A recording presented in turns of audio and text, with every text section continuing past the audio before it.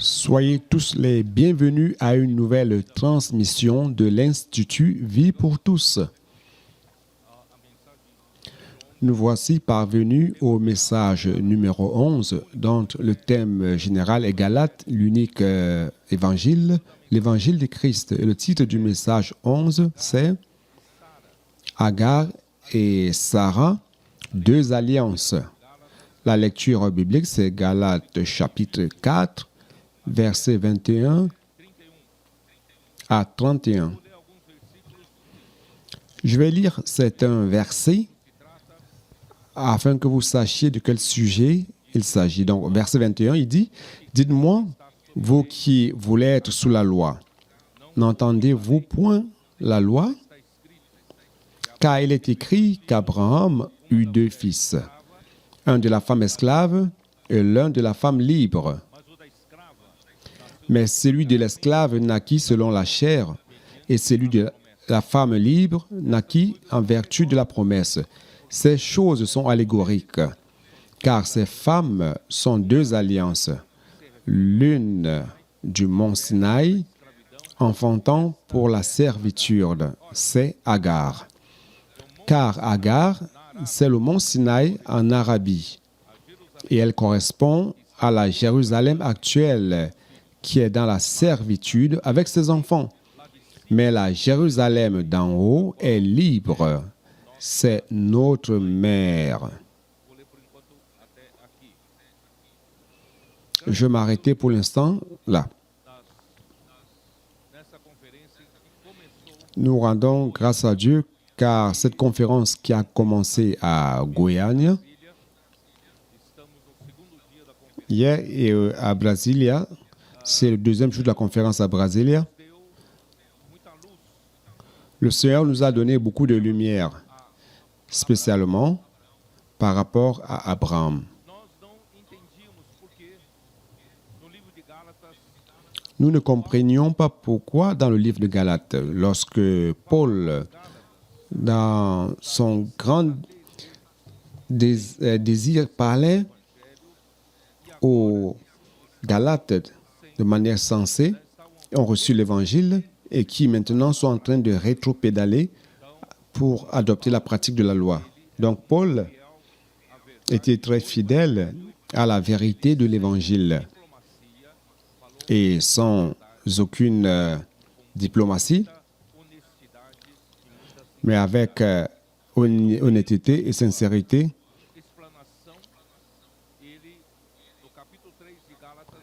Et il explique dans Galates 3 à propos d'Abraham.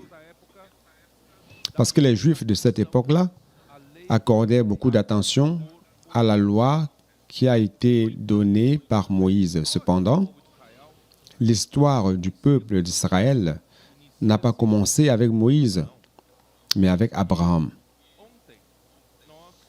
Et hier, et aussi à Goiânia, nous avons pu voir certaines choses de l'époque d'Abraham. Parce que par le récit de la Bible, la seule chose que nous connaissons, c'est que Abraham était un homme de grande foi qui a cru en Dieu et cela lui a été attribué en justice. Donc, nous nous rendons compte que les choses ne viennent pas comme ça tout d'un coup. Il y a toute une histoire à travers cette attitude de foi, si bien qu'il a été appelé Père de la foi de tous ceux qui croient. Donc, nous avons vu certaines choses. Nous allons rapidement voir aujourd'hui, afin que cela soit enregistré, car le message d'aujourd'hui va composer la nourriture quotidienne. Le message de Goiânia et d'hier ne vont pas dans la nourriture quotidienne, mais c'est... Donc, Genèse 12, il dit ceci. L'Éternel dit à Abraham, va-t'en de ton pays, de ta patrie, de la maison de ton père, dans le pays que je te montrerai. Je ferai de toi une grande nation, et je te bénirai, je rendrai ton nom grand, et tu seras une source de bénédiction. Je bénirai ceux qui te béniront, et je maudirai ceux qui te maudiront.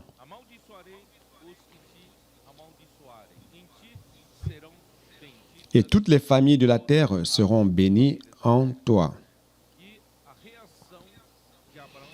Et la réaction d'Abraham au verset 4, c'est Abraham partit comme l'Éternel le lui avait dit. Donc, lisant Genèse 12, votre idée, et vous, tout comme la mienne aussi, c'est que Dieu a parlé à un homme, et un homme, tout d'un coup, a cru et a obéi. C'est pour cela que cette foi lui a été imputée à justice. Cependant, il existe tout un tableau de fond, les antécédents de cet acte. Hier, on l'a expliqué un peu plus clairement, car j'avais commencé à faire certaines suppositions, mais ces suppositions, hier, par les versets que nous avons lus, ne sont plus de simples suppositions, mais sont devenues des confirmations. Donc, les suppositions que nous faisions avant, c'était que à l'époque d'Abraham, toute la terre était idolâtre. Toute la terre était idolâtre. Donc, tous sous l'influence de l'époque de Nimrod, je l'ai expliqué à Goiânia, 170 ans après la sortie de l'arche de la famille de Noé, il y a un Nimrod qui est apparu et qui a dit au peuple de l'époque qu'ils n'avaient plus besoin de vivre sous la crainte de la punition de Dieu. Et ils ont déclaré leur indépendance vis-à-vis de Dieu, qu'ils n'ont plus besoin d'avoir peur de Dieu, qu'ils ne lui doivent rien, et ils vont prendre soin d'eux-mêmes. Que les hommes peuvent prendre soin des hommes. Ainsi, il a construit des villes et des villes encore, justement pour que le peuple puisse vivre sous les soins de l'homme, et déclarant leur indépendance vis-à-vis de Dieu. Et de cette manière, comme l'homme ne contrôle pas la nature, alors Nimrod a initié l'adoration d'autres dieux. Alors, qui sont ces autres dieux? Dans Genèse 6, lorsque la méchanceté s'est multipliée sur la terre et la violence aussi, l'homme a été en contact avec des anges déchus. Je n'ai pas trop de temps de décrire cela, mais de ce contact avec les anges déchus,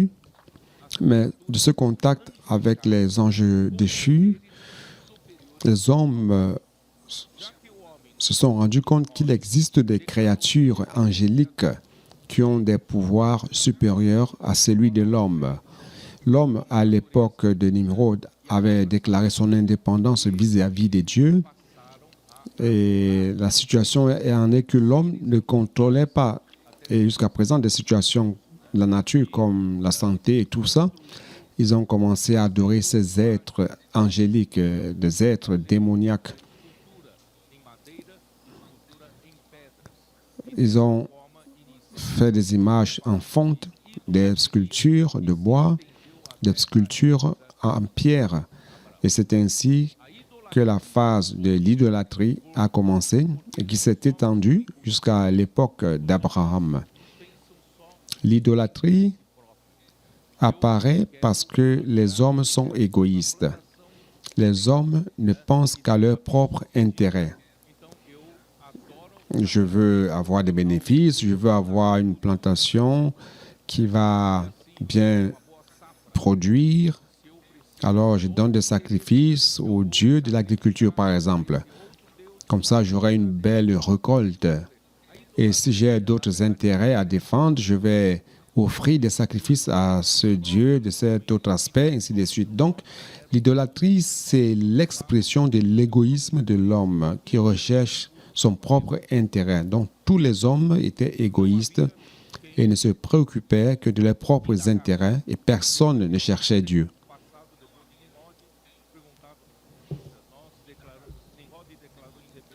Il n'y avait personne qui cherchait. Après tant de temps, sous l'influence de Némirod, l'homme a déclaré son indépendance vis-à-vis de Dieu et durant tout ce temps, personne n'a cherché ce Dieu qui a créé les cieux et la terre. Nous voyons les œuvres de ses mains. Nous ne savons pas qui en est l'auteur. Nous n'avons pas de contact avec l'auteur de la création. Donc, c'était ça l'ambiance. Même son père, le père d'Abraham, Térak, était impliqué dans les idoles et les dieux. Nous pouvons voir quelque chose qui a un rapport à cela, c'est dans Josué. Hier, nous avons vu cela, n'est-ce pas? Allons voir pour que ce soit enregistré. Josué 24, verset 2, qui dit ceci. Josué dit à tout le peuple, ainsi parle l'Éternel, le Dieu d'Israël, vos pères Térak, père d'Abraham et père de Nacor, habitaient anciennement de l'autre côté du fleuve et ils servaient d'autres dieux. J'ai pris votre père Abraham de l'autre côté du fleuve et je lui fis parcourir tout le peuple. Je lui fis parcourir tout le pays de Canaan. Je multipliai sa postérité et je lui donnai Isaac. C'est-à-dire que toute cette génération postérieure servait d'autres dieux. Donc voici la confirmation. On a vu un autre verset hier, commençant par Néhémie, chapitre 9. Allons-y. Néhémie, chapitre 9, verset 7. C'est cela, n'est-ce pas? À partir du verset 6, car il montre l'ambiance de cet endroit-là. Il dit, c'est toi, Éternel, toi seul qui as fait les cieux des cieux. C'est-à-dire qu'à l'époque d'Abraham, il n'y avait personne qui savait qui a créé les cieux ou la terre. Il n'est pas possible qu'une œuvre si grande comme celle de la création et que les gens ignorent, ne cherchent pas celui qui l'avait créé, le Dieu véritable. Et là, il dit, toi seul, c'est toi l'Éternel, toi seul qui as fait les cieux des cieux et toute leur armée, la terre et tout ce qui est sur elle, les mers et tout ce qu'elles renferment. Tu donnes la vie à toutes ces choses et l'armée des cieux se prosterne devant toi. Donc, il y a un auteur, il y a quelqu'un qui a créé tout cela. Et il n'y a personne qui recherche l'Éternel. Verset 7, c'est toi, Éternel Dieu, qui as choisi Abraham, qui l'a fait sortir d'Ur en Chaldée et lui a donné le nom d'Abraham. Tu trouvas son cœur fidèle devant toi, tu fis alliance avec lui et lui promis de donner à sa postérité le pays des Cananéens, des Héthiens, des Amoréens, des Phérésiens, des Jébusiens, des Girgasiens, et tu as tenu ta parole car tu es juste. Pendant que personne ne cherchait ce Dieu qui avait créé les cieux et la terre, il y avait un ici sur terre qui recherchait cet auteur de la création qui est le véritable Dieu. Et celui-là, c'était Abraham. Ésaïe 51, 2.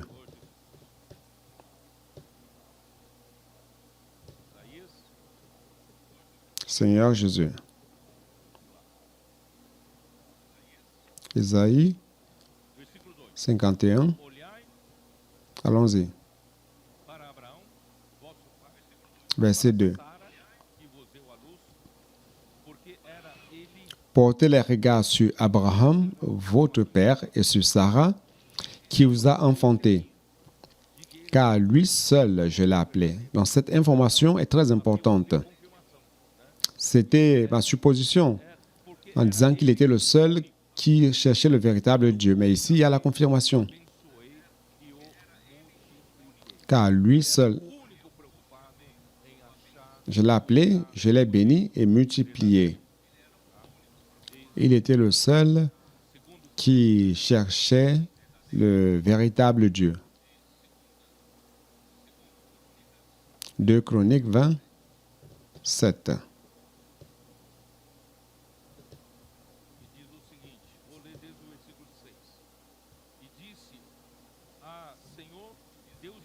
Il dit ceci, je vais lire à partir du verset 6. Et il dit, Éternel, Dieu de nos pères, n'es-tu pas Dieu dans les cieux? Et n'est-ce pas toi qui domines sur tous les royaumes des nations? N'est-ce pas toi qui as mis en main la force et la puissance? N'est-ce pas toi qui as en main la force et la puissance et à qui nul ne peut résister? N'est-ce pas toi, ô notre Dieu, qui as chassé les habitants de ce pays devant ton peuple Israël et qui l'a donné pour toujours à la postérité d'Abraham qui t'aimait? Donc Abraham était celui qui aimait Dieu. Donc ami de Dieu. Et confirmant cela aussi, Ésaïe 41, verset 8, il dit ceci. Mais toi, Israël, mon serviteur, Jacob, que j'ai choisi, race d'Abraham, que j'ai aimé. Qu'est-ce que cela veut dire? Qu'à cette époque-là, il n'y avait personne qui cherchait Dieu. C'est aussi dans Romains 3. Que dit Romains 3?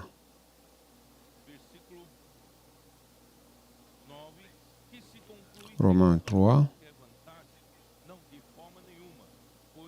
verset 9. Quoi donc sommes-nous plus excellents? Nullement. Car nous avons déjà prouvé que tous, juifs et grecs, sont sous l'empire du péché. Selon qu'il est écrit, il n'y a point de juste, pas même un seul. Ça, c'est après la chute de l'homme dans le jardin d'Éden. Mais il n'y a pas que cela. Le verset 11 dit, « Nul n'est intelligent, nul ne cherche Dieu. Tous sont égarés, tous sont pervertis. Il n'en est aucun qui fasse le bien, pas même un seul. » Tous étaient des adorateurs d'autres dieux, des idoles muets, sourds et qui ne marchent pas. Oh Seigneur Jésus. Et Dieu, sur cette terre, avait quelqu'un qui se préoccupait et qui cherchait Dieu. Un jour, avec ce cœur qu'il avait, Dieu lui est apparu. C'est pour cela que dans Actes chapitre 7, dans le message au discours d'Étienne,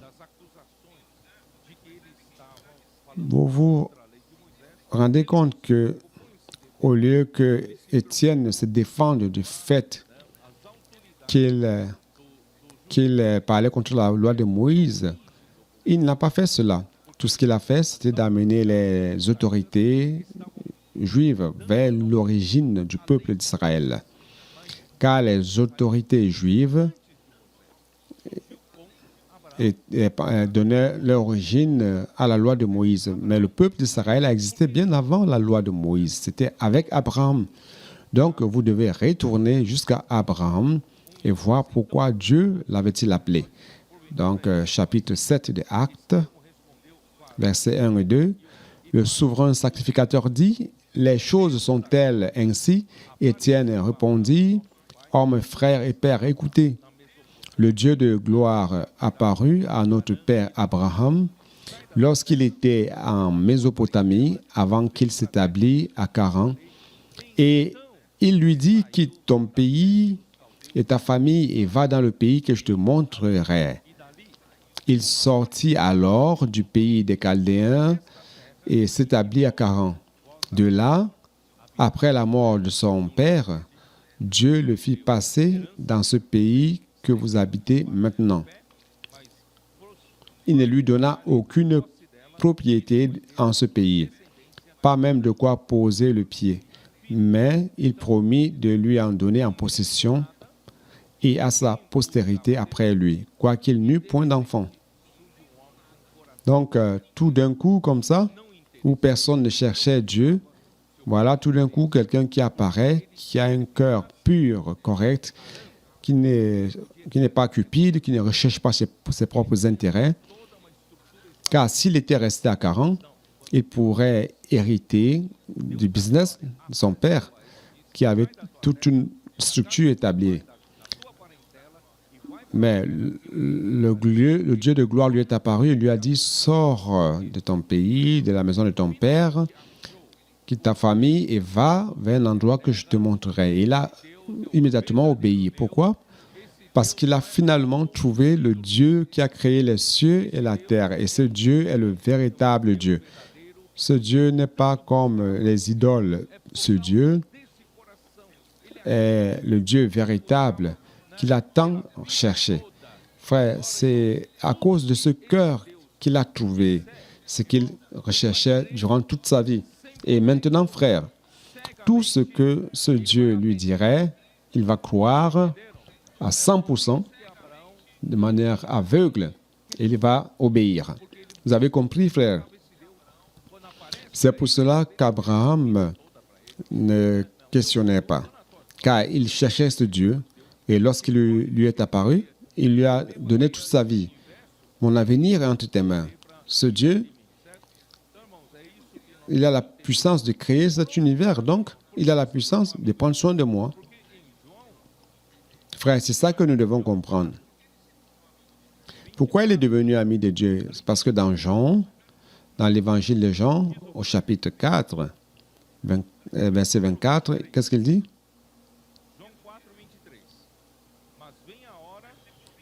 Verset 23, Jean 4, 23. Mais l'heure vint, et elle est déjà venue, où les vrais adorateurs adoreront le Père en esprit et en vérité, car ce sont là les adorateurs que le Père demande.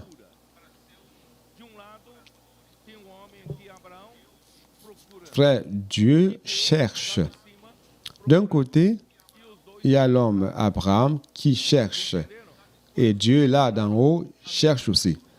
Et les deux se sont rencontrés. Vous comprenez? C'est pour cela qu'ils sont devenus amis. Dieu le traite, Dieu l'appelle ami. Il dit, c'est mon ami. Parce qu'il y a un qui cherche le véritable Dieu. Et Dieu cherche le véritable adorateur en esprit et en vérité. Frère, aujourd'hui, c'est la même chose. Rien n'a changé. Dieu cherche aussi aujourd'hui. Il cherche ce qu'il adore en esprit et en vérité. Et vous, d'un autre côté, vous êtes celui qui cherchez le véritable Dieu. Et lorsque les deux se rencontreront, une amitié naît. Êtes-vous amis de Dieu? Frère, c'est pour cela qu'ici, notre intérêt ne rentre pas en jeu. Je ne suis pas en train d'adorer Dieu, servant Dieu ou l'Église pour un quelconque intérêt. Non, je veux juste me remettre entre les mains de ce véritable Dieu pour qu'il fasse de ma vie ce qui lui plaît et le plus important encore, que je fasse sa volonté, n'est-ce pas? Frère, ça, c'est notre Seigneur. C'est pour cela que j'ai dit que Dieu veut trouver à l'Église des personnes engagées. Nous devons donner à Dieu des personnes engagées qui ont des cœurs purs.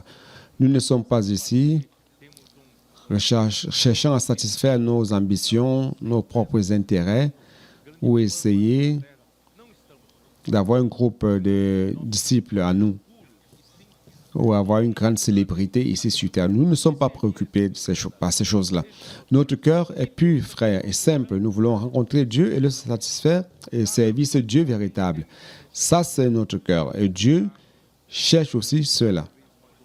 C'est pour cela que hier, j'ai terminé le message en disant que Dieu est en train de chercher chaque fois plus à nous engager à son plan, à son objectif, car il veut revenir et nous sommes ici pour coopérer avec lui afin de ramener le Seigneur. Frère, donc, d'un autre côté,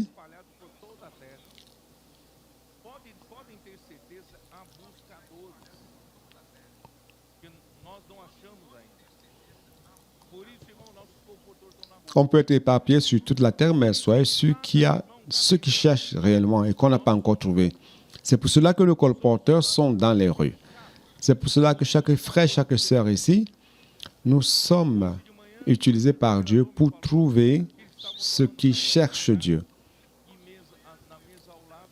Ce matin, un coopérateur m'a dit qu'il prenait le café quelque part et à la table de côté, il y avait une dame. Ils sont allés prier avec cette dame.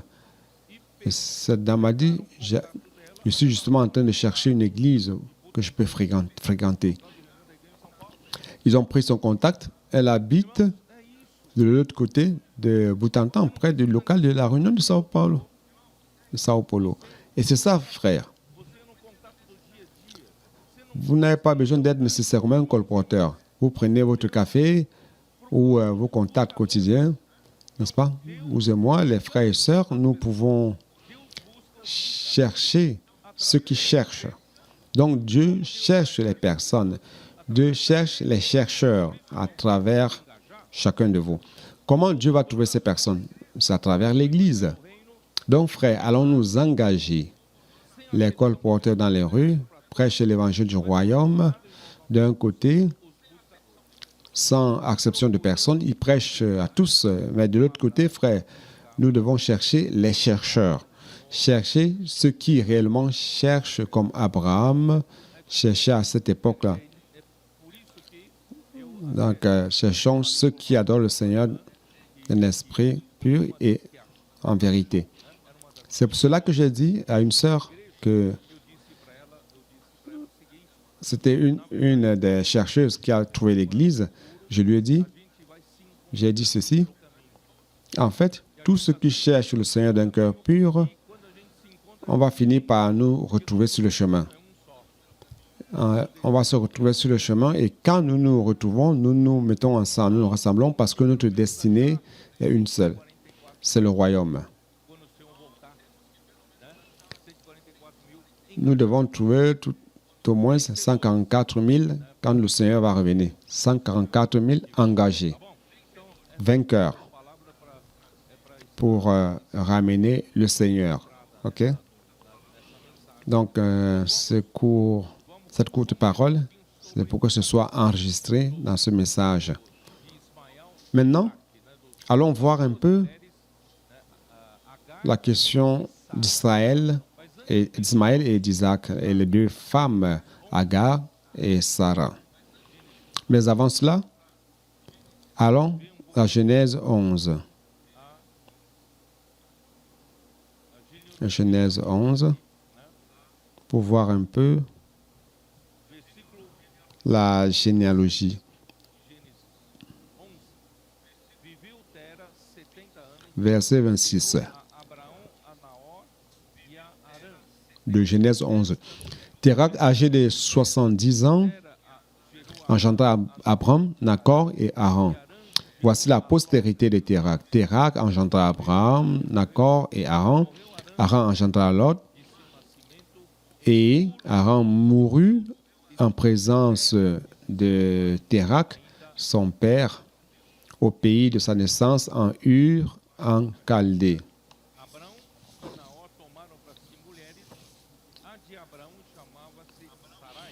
Abram et Nakor prirent des femmes. Le nom de la femme d'Abram était Sarai, et le nom de la femme de Nakor était Milka, fille de Haran, père de Milka et père de Jiska. Sarai était stérile. Elle n'avait point d'enfant. C'est-à-dire que dans la généalogie, on a bien voulu montrer ici que Sarai, la femme d'Abraham, était stérile, elle n'avait pas d'enfant. Et Dieu avait promis de donner la terre à la descendance d'Abraham qui n'avait pas encore d'enfant. Téra prit Abraham, son fils, et Lot, fils d'Haran, fils de son fils, et Sarai, sa belle-fille, femme d'Abraham, son fils. Ils sortirent ensemble d'Ur en Chaldée pour aller au pays de Canaan. Ils vinrent jusqu'à Charan où ils habitèrent. Et, les jours de Térak furent de 205 ans et Térak mourut à Charan. Ce passage est important. C'est pour vous montrer que...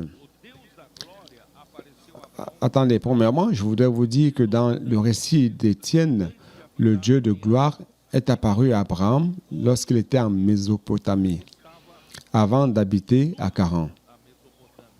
Donc, Ur en Chaldée se trouvait au sud de la Mésopotamie. Et ils ont habité à Haran, et avec la mort de son père, Dieu les a amenés à la terre où ils habitaient actuellement. Donc, lorsque Térak, le père d'Abraham, est parti de Ur en Chaldée pour aller vers la terre de Canaan, cela montrait qu'il savait, il connaissait l'appel d'Abraham. Dieu avait déjà appelé Abraham. Abraham a dû en parler à son père, disant que Dieu m'a appelé. Et donc, son père l'a conduit jusqu'à Charan. Cependant, Dieu a dû faire en sorte que son père meure pour qu'il quitte Charan, parce que Dieu lui a dit de quitter la maison de son père. Donc, le récit intentionnel dans cette généalogie de l'incapacité de Sarai d'avoir un enfant. Dans ce texte. Et cela montre que, humainement parlant, ce serait un grand obstacle pour l'accomplissement de la promesse de Dieu, qui consistait à faire d'Abraham une grande nation et de donner à sa descendance la terre de Canaan. Donc Dieu a voulu que ce récit soit là, de ce qu'Abraham n'avait pas d'enfant et que sa femme ne pouvait pas enfanter car elle était stérile. Donc Dieu est Dieu, n'est-ce pas? Et Térak, j'ai lu dans Josué 24, son père. Donc, il habitait de l'autre côté de l'Euphrate et servait d'autres dieux. Donc, dans Genèse 12, 1 à 3 que nous venions de lire, il est dit, chapitre 12, verset 1, l'Éternel dit à Abraham, va-t'en de ton pays, de ta patrie, de la maison de ton père, dans le pays que je te montrerai. Il était à Charan. Probablement, Ur se trouve au sud de la Mésopotamie, au bord du fleuve Euphrate. Vous savez que le fleuve Euphrate, là, il y a deux fleuves, l'Euphrate et le Tigre. Ces deux fleuves, aujourd'hui, se trouvent en Irak, aujourd'hui. Ces deux fleuves. Et Ur en Chaldée se trouve au sud du fleuve. Et Charan au nord du fleuve Euphrate. Donc, Charan était une route commerciale importante. C'est pour cela que le père d'Abraham a installé son commerce à cet endroit-là. Probablement un commerce d'idoles. C'était une route commerciale. Donc, ils sont restés là jusqu'à ce que son père Térak, le père d'Abraham, mourut. Donc, l'environnement de cette époque-là était celui de l'idolâtrie, comme je vous ai dit. Alors, le Seigneur est apparu à Abraham et lui a dit, au chapitre 12, verset 7,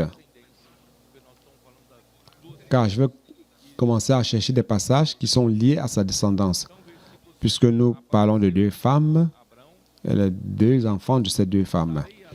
Donc, verset 7, l'Éternel apparut à Abraham et dit, je donnerai ce pays à ta postérité.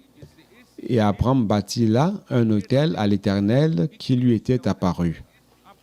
Donc, ce Dieu véritable qui a créé les cieux et la terre est apparu à Abraham. Abraham a confié toute sa vie à ce Dieu. Après qu'il lui est apparu à Charan, il lui apparaît encore et il dit, je donnerai ce pays à ta postérité. Car Abraham était déjà arrivé à Canaan. Il a dit, je donnerai à ta postérité cette terre. Et Abraham a édifié, il a bâti un autel pour adorer Dieu. Il n'était plus un adorateur d'autres dieux. Il était l'adorateur du véritable Dieu. Et immédiatement, il a bâti un autel et a adoré Dieu. Mais vous ne voyez pas Abraham se plaindre. De dire à Dieu, Dieu, je n'ai pas d'enfant. Tu as promis de donner cette terre à ma postérité, mais je n'ai pas d'enfant. Et ma femme ne peut pas enfanter. Mais il a tout simplement cru. Il sait que Dieu est Dieu, le Tout-Puissant. Il ne s'est pas préoccupé de cela. Donc, frères, toujours dans l'histoire, allons-y, dans Genèse 14. Genèse 14, il y a eu une guerre de 4 rois contre 5 rois, n'est-ce pas? Verset 1, dans le temps d'Amraphel, roi de Shinéa, d'Ajok, roi d'Elassar, de Kedorlaomer, roi d'Elam, de Tidéal, roi de Gojim, il arriva qu'ils firent la guerre à Béra, donc à 5 rois, n'est-ce pas? Dans cette guerre, ils ont fini par amener Lot et sa famille comme captifs. Et Abraham devait faire quelque chose. Abraham s'est dit, je dois sauver mon neveu Lot. Et Abraham, voyez donc quel courage. Il allait affronter ce roi. Vous savez avec combien de personnes? Verset 14. Dès qu'Abraham eut appris que son frère avait été fait prisonnier, il arma 318 de ses plus braves serviteurs, nés dans sa maison, et il poursuivit les rois jusqu'à Dan. Qu'est-ce que nous pouvons extraire de cela? Là, ce sont des rois puissants qui ont lutté contre d'autres rois puissants. Ils ont vaincu. Et ils ont pris Lot et tout ce que Lot possédait. Ils l'ont amené. Et maintenant, Abraham, lui, il est le serviteur du seul véritable Dieu. Il s'est dit, je dois sauver Lot. Je dois sauver Lot. Mais qu'est-ce que j'ai sous ma main? Je n'ai pas 10 000, 20 000 soldats. J'ai 318 personnes chez moi que je peux amener. Il les a amenés, il a sauvé Lot. Alors, qu'est-ce que je vais extraire de cela? Nous sommes un petit troupeau. Nous avons peu de force, comme l'église à Philadelphie. Nous avons peu de force. Mes frères, nous avons le véritable Dieu. Nous avons le cœur comme celui d'Abraham. Nous faisons confiance à notre Dieu, nous croyons en lui. Nous sommes un peuple qui ne peut avoir que 318 soldats, mais les 318 sont engagés. Nous sommes peu, mais engagés. Vous comprenez? Il peut avoir une armée très grande, mais qui n'est pas engagée. Dans ce cas, ils ne vont pas vaincre. 318 soldats engagés. C'est pour cela que nous sommes peu, mais engagés. Chacun de nous lutte. Ici, il dit, sont nés dans sa maison. Vous êtes nés dans la maison de Dieu. N'est-ce pas? Vous êtes un de ceux que Dieu a appelés. Vous êtes nés dans la maison de Dieu pour être engagés, pour lutter pour son royaume. Amen. Verset 16. Il ramena toutes les richesses. Il ramena aussi Lot, son frère, avec ses biens, ainsi que les femmes et le peuple. Après qu'Abraham fut revenu vainqueur de Kedorlaomer, et des rois qui étaient avec lui, le roi de Sodome sortit à sa rencontre dans la vallée de Chavé. Vous savez que Abraham a été reçu par Melchizedek, un souverain sacrificateur mystérieux, céleste. Personne ne sait d'où il vient, il apparaît. Il réceptionne Abraham victorieux et Abraham lui donne la dîme de tout ce qu'il avait gagné. Verset 20. Donc, Abraham lui a donné la dîme de tout. Je voudrais vous amener au chapitre 15, Chapitre 15. Après ces événements, la parole de l'Éternel fut adressée à Abraham. Dans une vision, il lui dit, « Abraham, ne crains point, je suis ton bouclier. Je te récompense, et ta récompense sera très grande. » Abraham répondit, « Seigneur Éternel, que me donneras-tu? Je m'en vais sans enfant, et l'héritier de ma maison, c'est Eliezer de Damas. » Là, il était préoccupé du Seigneur, lui a promis tant de choses pour sa descendance, mais il dit, je n'ai qu'un Damasien chez moi. Est-ce que c'est lui qui sera mon héritier? Et qu'est-ce que l'Éternel dit? Donc, Abraham dit, c'est Abraham qui parle. Voici, tu ne m'as pas donné une postérité. Celui qui est né dans ma maison sera mon héritier. Donc, je ferai de lui mon héritier. Et qu'est-ce que Dieu a dit? Alors la parole de l'Éternel lui fut adressée ainsi. Ce n'est pas lui qui sera ton héritier, mais c'est celui qui sortira de tes entrailles qui sera ton héritier. Donc ta postérité doit être engendrée de toi. Et après l'avoir conduit dehors, il dit, regarde vers le ciel et compte les étoiles. Vous savez pourquoi j'ai voulu lire tout cela? C'est pour que vous vous rendiez compte, frères, que la descendance qui vient de la promesse, ça vient d'Isaac. Donc c'est la Jérusalem céleste. Et la Jérusalem céleste, c'est l'Église. Ce n'est pas le peuple juif, la terre, mais c'est l'Église. Et il dit, et après l'avoir conduit dehors, il dit, regarde vers le ciel et compte les étoiles, si tu peux les compter. Et il lui dit, telle sera ta postérité. Abraham eut confiance en l'Éternel, qui le lui imputa à justice. Donc, frère,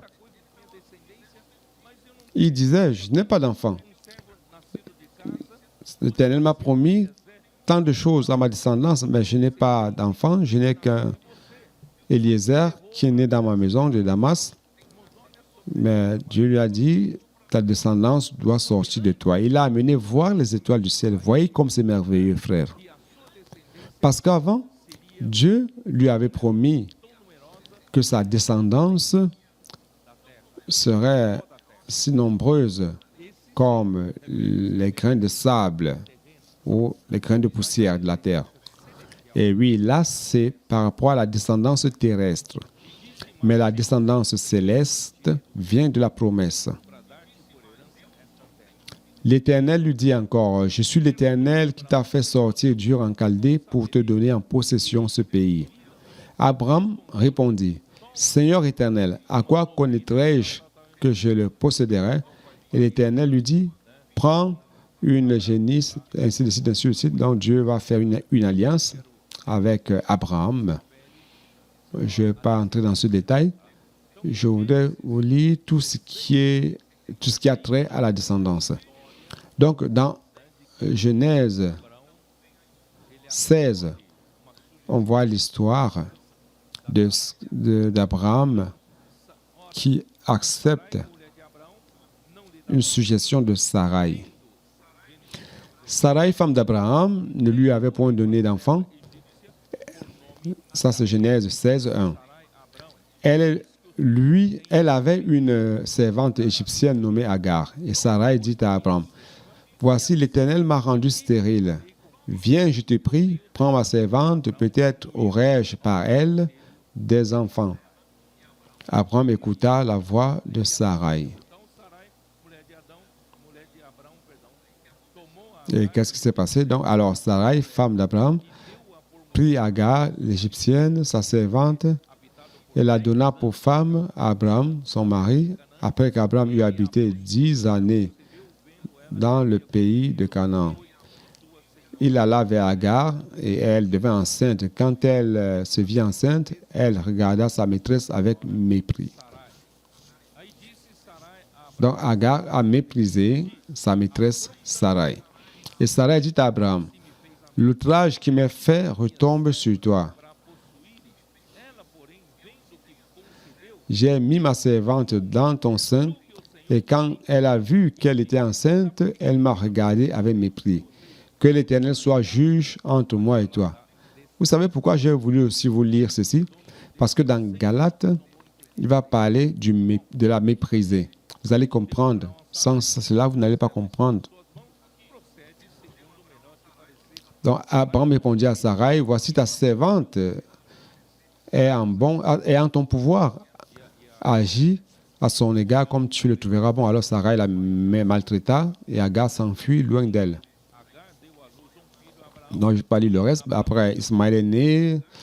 Au verset 15, Agar enfanta un fils à Abraham et Abraham donna le nom d'Ismaël au fils qu'Agar lui enfanta. Abraham était âgé de 86 ans lorsqu'Agar enfanta Ismaël à Abraham. 86 ans. Et le prochain récit, on voit qui apparaît 13 années après. C'est dans Genèse 17. Je vous ai déjà lu beaucoup ces passages. Donc, Sarai, chapitre 17. Lorsqu'Abraham fut âgé de 99 ans, l'Éternel apparut à Abraham et lui dit, « Je suis le Dieu Tout-Puissant, marche devant ma face et sois intègre. Tu n'as pas besoin de te préoccuper d'avoir un enfant par tes propres moyens. J'ai promis à ta descendance, à ta postérité. Je te donnerai un fils. Tu n'as pas besoin de faire cela par tes propres forces. Je suis le Dieu Tout-Puissant. Est-ce qu'il y a quelque chose que je ne puis faire? Marche devant moi. » Donc, El Shaddai signifie « Je suis le Dieu Tout-Puissant et Tout-Suffisant. » Si tu mens, tu as tout. Tu as toute la suffisance.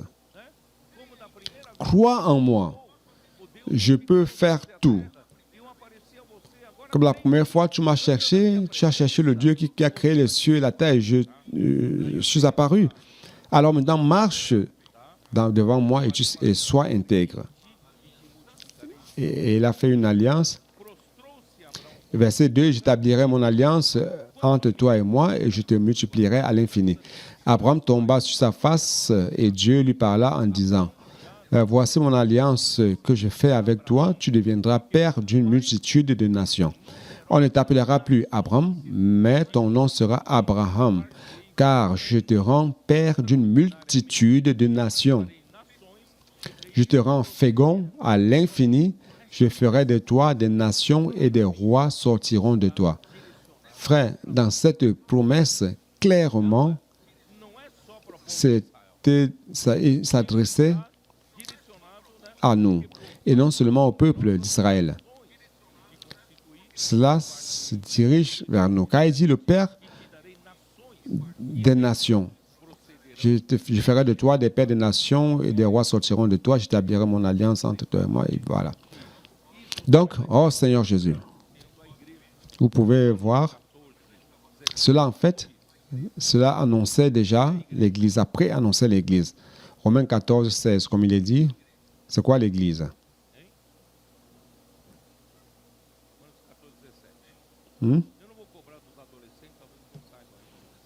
Romains 14, 17. Je ne vais pas demander aux adolescents, peut-être qu'ils ne savent pas, mais après je vais leur demander. 14, 17, comme il est dit. Romains 14, 17. Car le royaume de Dieu n'est pas le manger, le boire, mais la justice, la paix et la joie par le Saint-Esprit. Dans le royaume de Dieu, l'Église, la vie de l'Église. Apocalypse 5, verset 9. Et il chantait un cantique nouveau en disant, tu es digne de prendre le livre, parlant de l'agneau de Christ. Tu es digne de prendre le livre et d'en ouvrir les sceaux, car tu as été immolé et tu as racheté pour Dieu par ton sang des hommes de toute tribu, de toute langue, de tout peuple et de toute nation. Tu as fait d'eux un royaume et des sacrificateurs pour Dieu, et ils régneront sur la terre. Donc, avec la mort de Christ, avec le sang versé à la croix, Christ a acheté de toutes les tribus, langues, nations, il a racheté pour Dieu et il a constitué royaume de sacrificateurs et ils sont destinés à régner sur la terre. Ça, c'est la mission que Dieu a donnée à l'homme lorsqu'il a créé l'homme. En Genèse 1, 26, 27, 28, qu'est-ce qu'il dit? Dieu a créé l'homme selon son image et sa ressemblance, et il a donné une commission à l'homme qui est de soumettre la terre et la dominer. Donc ici, nous voyons Christ est venu comme descendant d'Abraham, et cela est devenu possible. Il a racheté à Dieu tout ce peuple qui est là.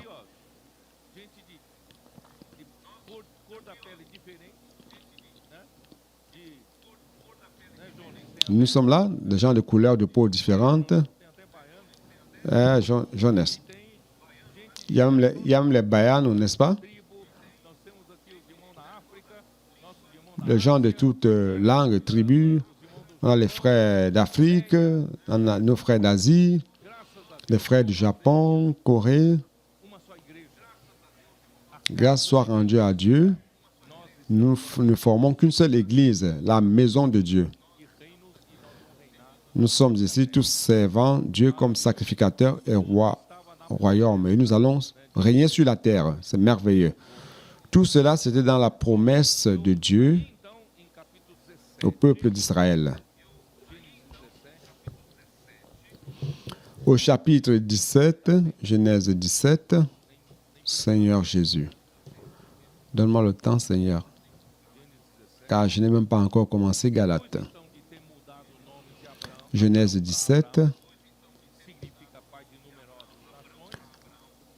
Après avoir changé le nom d'Abraham à Abraham, qui veut dire père de grandes nations, il a institué la circoncision. Les Juifs ont tant lutté pour que les païens, les chrétiens, pratiquent la circoncision. Donc Abraham a été circoncis uniquement qu'après avoir engendré Ismaël. Dieu lui demande de marcher dans sa présence et d'être intègre. Et il a institué la circoncision. Au verset 9, Dieu dit à Abraham, « Tu garderas mon alliance, toi et tes descendants, après toi, selon leur génération. C'est ici mon alliance que vous garderez entre moi et vous, et ta postérité après toi. Tout mâle parmi vous sera circoncis. Vous vous circoncirez, et ce sera un signe d'alliance entre moi et vous. À l'âge de 8 jours, tout mâle parmi vous sera circoncis selon vos générations, qu'il soit né dans la maison ou qu'il soit acquis à prix d'argent de tout fils étranger sans appartenir à ta race. » Pourquoi Dieu a institué à ce moment-ci la circoncision? Justement pour qu'Abraham comprenne, disant, Abraham, tu as utilisé la force de ta chair pour engendrer Ismaël. Je n'ai pas besoin de la force de ta chair. Je suis Dieu, El Shaddai. Je suis le Dieu Tout-Puissant. Je peux exécuter tout ce que je veux. Donc tu marches, marche tout simplement dans ma présence, devant ma face. Et je vais donc donner un signe, je vais mettre un signe sur ta chair. À partir de maintenant, tu vas éliminer ta chair. Il ne vit plus selon ta chair. car je suis le Dieu Tout-Puissant et je vais agir dans ta vie. Donc, frère, la circoncision, c'est pour que l'homme ne vive plus par sa capacité, qu'il ne vive plus dans sa chair, marchant par la force de sa chair. Nous pouvons même lire, mon temps est court, je vais lire ce que j'ai écrit. Le sens spirituel de la circoncision, c'est, ici il parle de couper la chair du prépuce. En fait, c'est le fait de se dévêtir de la chair. Colossiens 2, 11.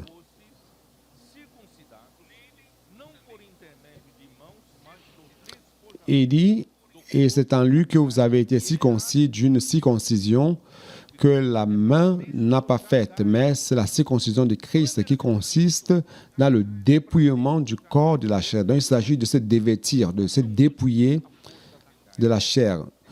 Dieu veut que l'homme se dépouille de la chair, qu'il n'utilise pas la force de la chair. Ayant été enseveli avec lui par le baptême, vous êtes aussi ressuscités en lui et avec lui par la foi en la puissance de Dieu qui l'a ressuscité des morts. Vous qui étiez morts par vos offenses et par l'inconcision de votre chair, il vous a rendus à la vie avec lui en nous faisant grâce pour toutes nos offenses. Frère, la circoncision, c'est le dépouillement de la chair. Mais comment nous allons nous dépouiller de la chair? C'est par la mort et la résurrection de Christ. Ainsi, nous avons la réalité du dépouillement de la chair. Donc, aujourd'hui, après Christ, nous ne devons plus vivre par la chair, mais par la foi. Nous devons vivre par la foi, par l'esprit, et non par la chair. Vous connaissez ce verset de Romains, n'est-ce pas? Vous êtes devenus même chauve en écoutant ce verset, n'est-ce pas? Romains 6:6. Donc, c'est quoi la chair?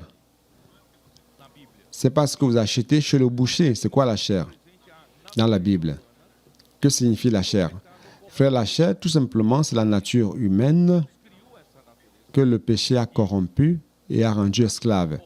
Dieu a créé cette nature et le péché l'a corrompue et l'a rendue esclave. Nous sommes devenus esclaves du péché et c'est devenu une espèce de pouvoir malin, de puissance maligne en l'homme qui s'oppose à l'esprit. Vous pouvez voir cela dans Galates 5, 17. Galates 5, 17. Oh Seigneur Jésus.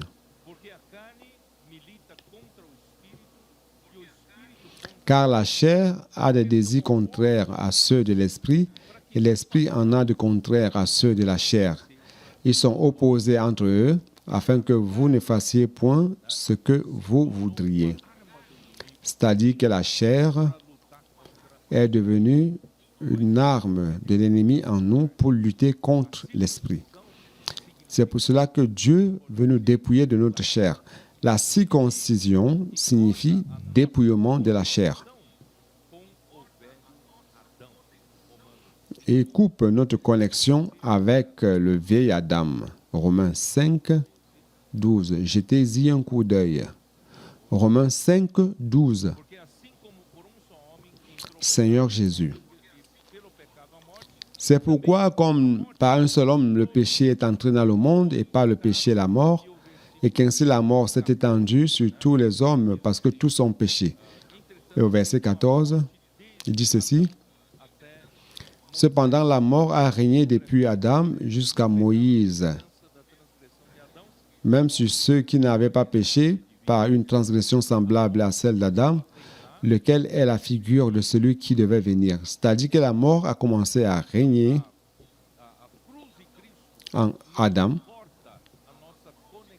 La croix de Christ coupe notre connexion, nous dépouille de la chair et coupe notre connexion avec le vieil Adam. Je n'ai pas le temps de lire tout cela, de lire tout ce que j'ai écrit. Donc, je vais lire ce que j'ai écrit ici. La circoncision n'est pas seulement un rite, mais quelque chose qui est fait dans le cœur. Par exemple, Deutéronome 10, même dans l'Ancien Testament. Deutéronome 10,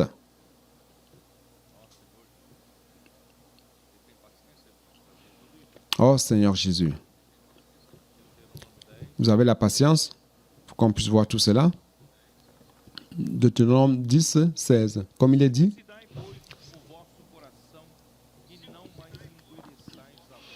vous circoncirez donc votre cœur et vous ne roidirez plus votre cou. C'est-à-dire que la circoncision, c'est du cœur et non tout simplement un rite. Jérémie 4.4, vous pouvez noter, je ne vais pas lire maintenant. Et il y a Acte 7, 51, que Étienne a dit qu'ils étaient des incirconcis du cœur. Et Galates 5, 24, qui dit, quand nous sommes en Galates, allons-y, Galates 5, 24, puisque nous étudions Galates, il dit, ceux qui sont à Jésus-Christ ont crucifié la chair avec ses passions et ses désirs.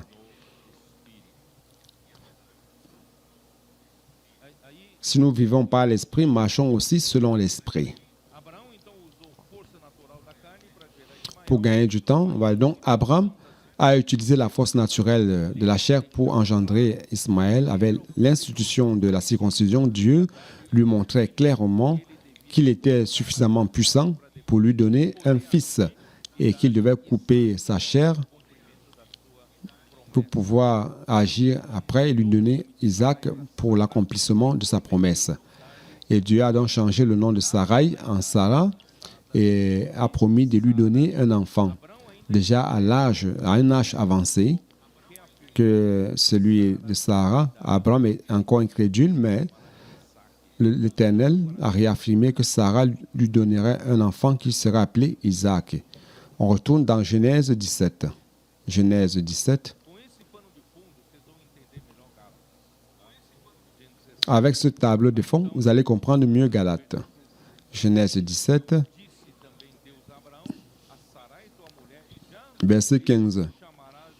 Dieu dit à Abraham, tu ne donneras plus à Sarai, ta femme, le nom de Sarai, mais son nom sera Sarah. Je la bénirai et je te donnerai d'elle un fils, et je la bénirai et elle deviendra des nations, des rois et des peuples sortiront d'elle. Et Abraham tomba sur sa face, il rit et dit en son cœur, naîtra-t-il un fils à un homme de 100 ans, et Sarah, âgée de 90 ans, enfantera-t-elle? Et Abraham dit à... Il pensait encore. Abraham dit à Dieu, oh, qu'Ismaël vive devant ta face. Dieu dit, certainement, Sarah, ta femme, t'enfantera un fils et tu l'appelleras du nom d'Isaac. J'établirai mon alliance avec lui comme une alliance perpétuelle pour sa postérité après lui. À l'égard d'Ismaël, je t'ai exaucé. Voici, je le bénirai et je rendrai fécond, ainsi de suite, ainsi de suite. Bon, frère, donc, avec ce tableau de fond, allons à Galates, retournons à Galates. Allons-y. Donc, Galates 4, 21.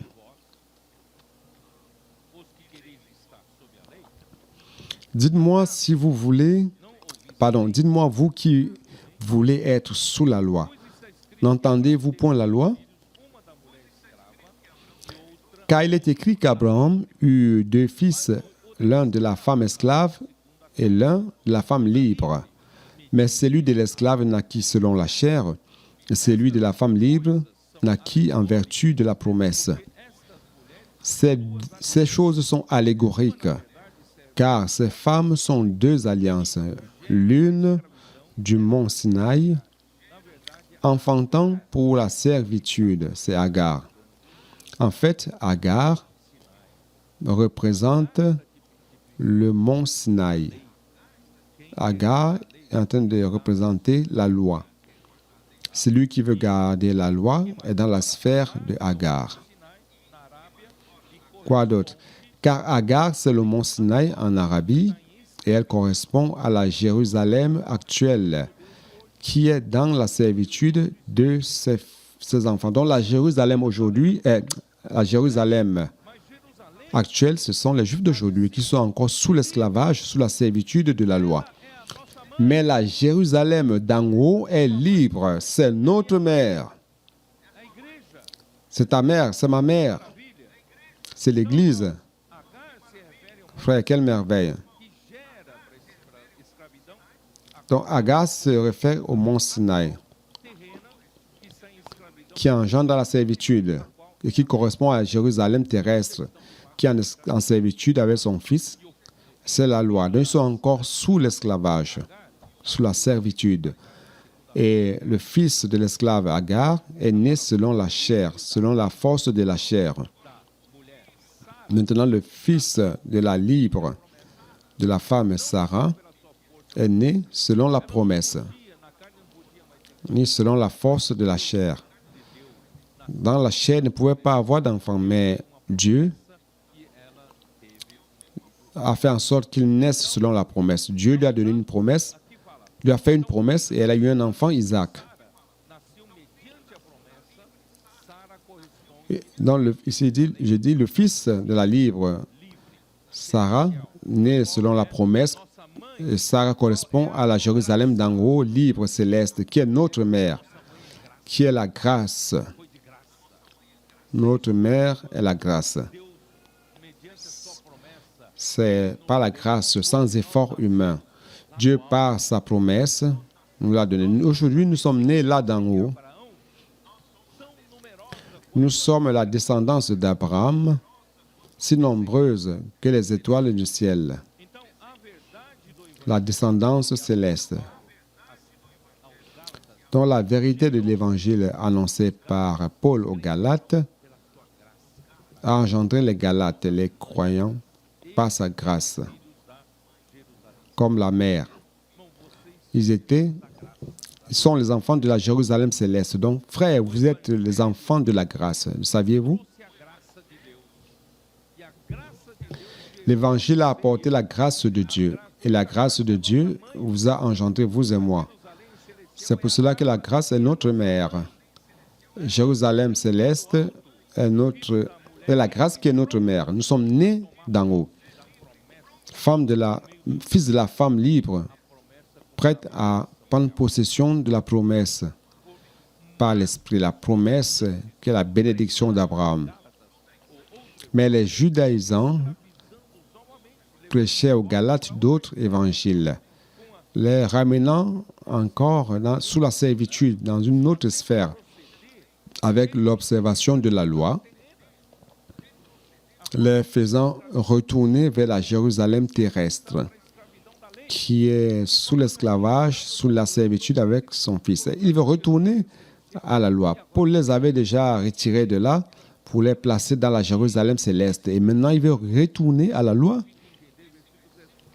Frère, ce verset est un peu difficile à comprendre, ce verset 27. Car il est écrit, « Réjouis-toi, stérile, toi qui n'enfantes point. Éclate et pousse des cris. Toi qui n'as pas éprouvé des douleurs de l'enfantement, car les enfants de la délaissée seront plus nombreux que les enfants de celles qui étaient mariées. » Qu'est-ce que cela veut dire? La stérile qui ne donne pas, qui n'enfante pas. De qui il s'agit? C'était Sarah, qui était stérile, n'est-ce pas?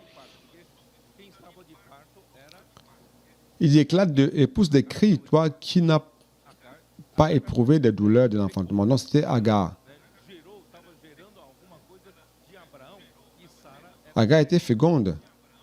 Elle était en train d'engendrer quelque chose d'Abraham. Et Sarah était stérile.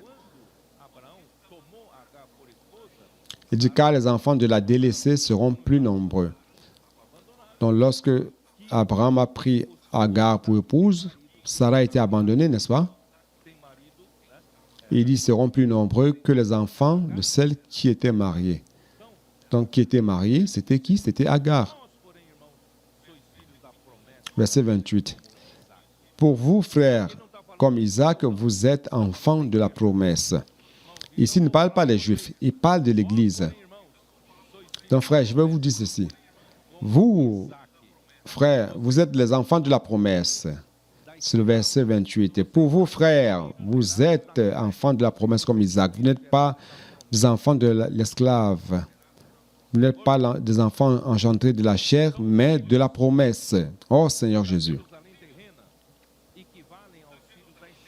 Donc les enfants de la Jérusalem terrestre équivalent aux enfants de l'esclavage, qui semblaient avoir un avantage. Ismaël avait un avantage. Agar aussi parce qu'elle était stérile. Elle pouvait engendrer et non Sarah. Et Sarah était stérile. Elle paraissait abandonnée. Aux hommes des yeux humains, c'était comme si c'était plus...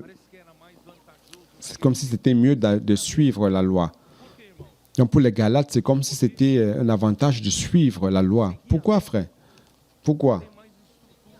Suivre la loi a toute une structure religieuse.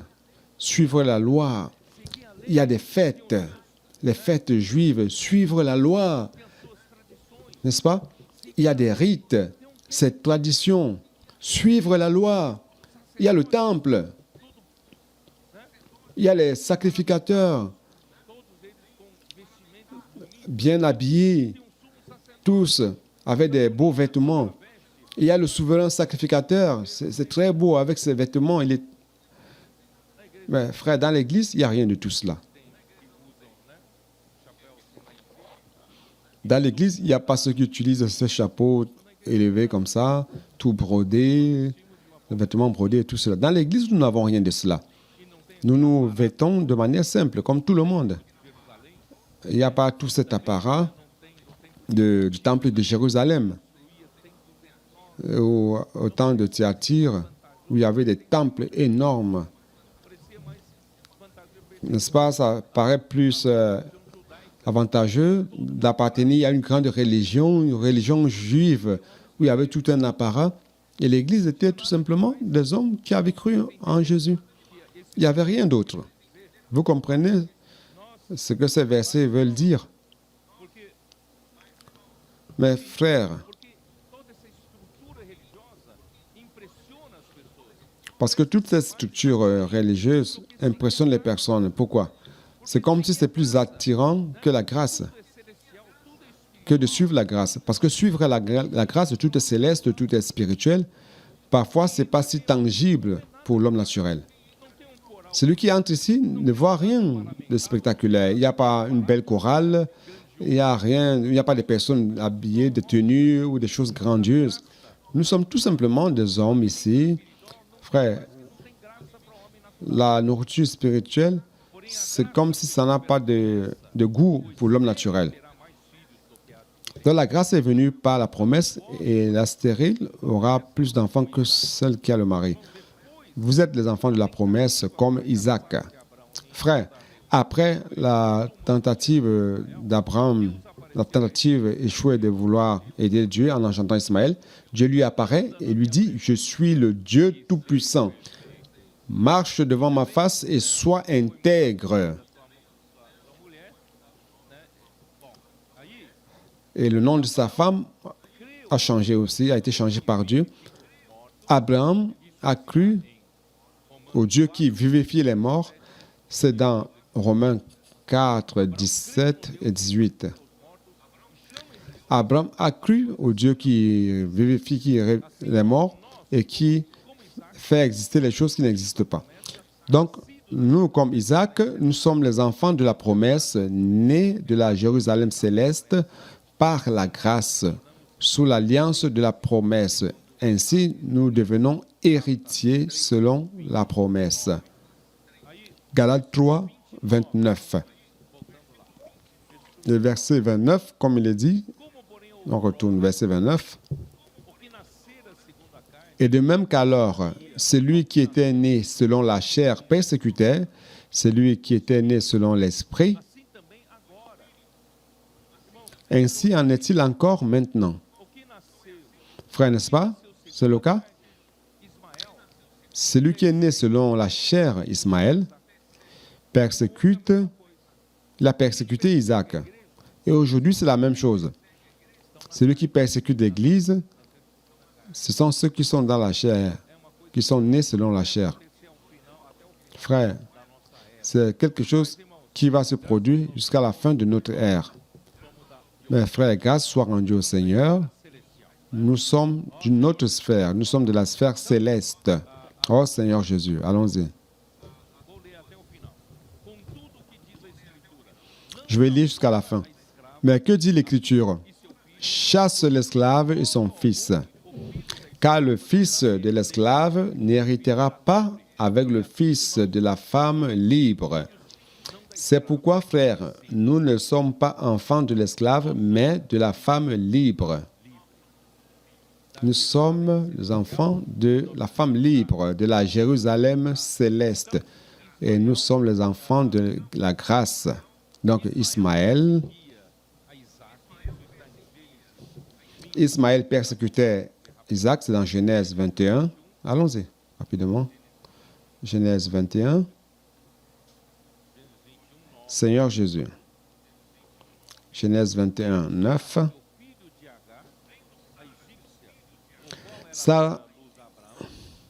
Sarah vit rire le fils d'Agar, l'Égyptienne.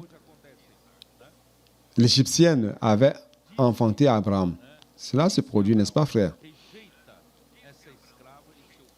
Et elle dit à Abraham, chasse cette servante et son fils, car le fils de cette servante n'héritera pas avec mon fils, avec Isaac. Cette parole déplut fort aux yeux. Non, c'est Dieu qui a dit à Abraham, n'est-ce pas? C'est Dieu qui a dit, rejette cet esclave et son fils. Cette parole déplut fort aux yeux d'Abraham à cause de son fils. Verset 12. Mais Dieu dit à Abraham, que cela ne te déplaise pas à tes yeux. Que cela ne déplaise pas à tes yeux à cause de l'enfant et de ta servante. Accorde à Sarah tout ce qu'elle te demandera. Car c'est d'Isaac que sortira une postérité qui te sera propre. Finalement, Sarah avait raison. Hier, j'avais dit que Abraham a écouté Sarah, le conseil de Sarah, et Ismaël est né.